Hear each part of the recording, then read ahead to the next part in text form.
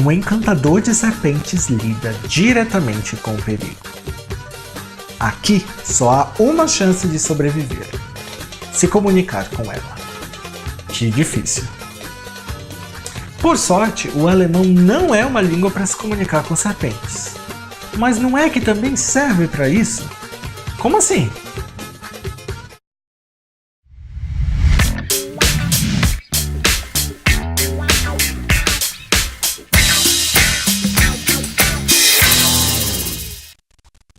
Para nós brasileiros, o CH é, sem dúvida, um dos sons mais difíceis. A gente se apresentou com Ich heiße logo na primeira aula de alemão e só agora percebe que também estamos encantando serpentes.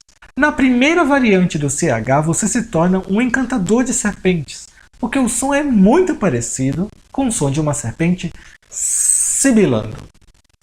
Para reproduzir esse som, você precisa pronunciar simplesmente a vogal I. Repare que ao pronunciar a vogal I, a língua está quase tocando o palato, também conhecido como céu da boca, e a ponta da língua toca os dentes inferiores. Uma vez posicionado, basta deixar o ar passar.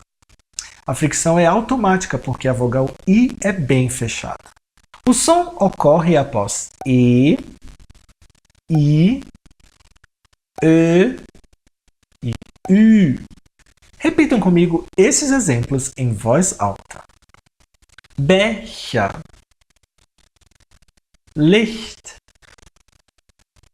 Löcher, Bücher.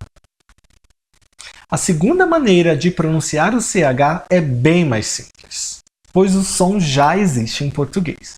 A regra é, após A, O e U, basta aspirar o som, como fazemos com a palavra rato em português. Como a fricção ocorre no palato mole, essa fricção é muito suave, se tornando apenas uma aspiração. Repitam esses exemplos em voz alta. Bach, Loch, Buch. Você prefere Bach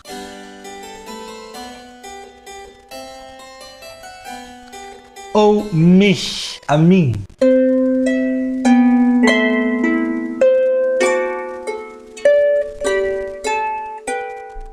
É interessante notar que no sistema vocálico, a vogal A afasta a língua do palato e as vogais O e U deslocam a língua para trás, gerando o som aspirado.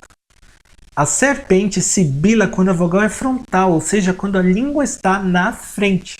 É o caso de E e I.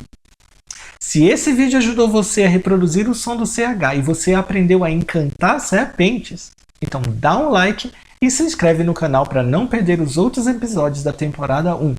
Um forte abraço e Auf Wiedersehen!